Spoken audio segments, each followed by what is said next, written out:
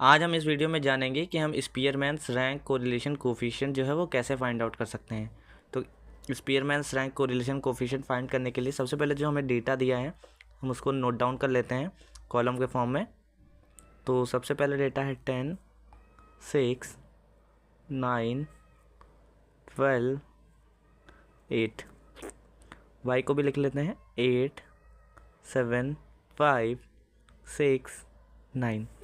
तो हम अब रैंक निकाल लेते हैं एक्स एंड वाई की। तो रैंक हम कैसे निकाल सकते हैं? अब रैंक निकालने के दो तरीके हैं।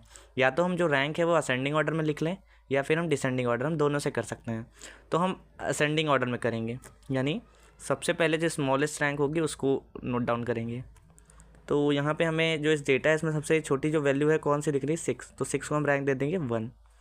उसके बाद जो हम रैंक 8 को दे देंगे 2 रैंक, 9 को हम 3rd रैंक दे देंगे एंड 10 को 4th रैंक और 12 को 5 रैंक। सेम असेंडिंग ऑर्डर हमने यहाँ पे फॉलो किया था टू टेक रैंक्स, वह यहाँ पे भी हम सेम करेंगे। और यहाँ पे हम देखेंगे सबसे पहले कि जो सबसे छोटी वैल्यू है, यानी असेंडिंग वैल्यू में सबसे छोटे जो वैल्यू है वो 5 है, तो हम 5 को दे देंगे फर्स्ट रैंक।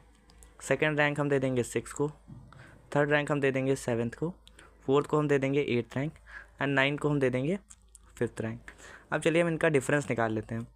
तो 4 out of 4 is equal to 0, 1 minus 3 is equal to -2, 3 minus 1 is equal to 2, 5 minus 2 is equal to 3 and 2 minus 5 is equal to -3। अब हम इन डिफरेंस का स्क्वायर कर लेते हैं। तो 0 का स्क्वायर हम जानते हैं 0 ही होगा, -2 का स्क्वायर होगा 4, 2 का स्क्वायर होगा 4, 3 का स्क्वायर होगा 9 एंड -3 का स्क्वायर विल ऑल्सो 9। तो फॉर्मूला हम जैसे कि सब जानते हैं कि हम कैसे निकालते हैं। तो फॉर्मूला होता है 1 minus 6 sigma D square divided by n square minus 1। तो यहाँ पे जो n है वो है हमारे नंबर ऑफ टर्म्स जो हैं 1, 2, 3, 4, 5।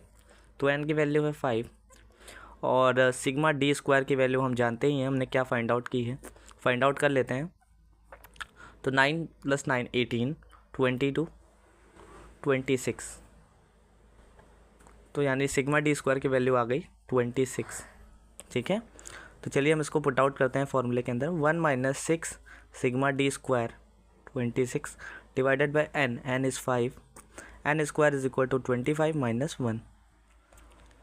तो 1 minus 6 into 26 divided by 5 into 24।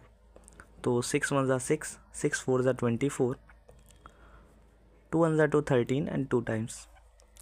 तो 1 माइनस 13 डिवाइडेड बाई 10।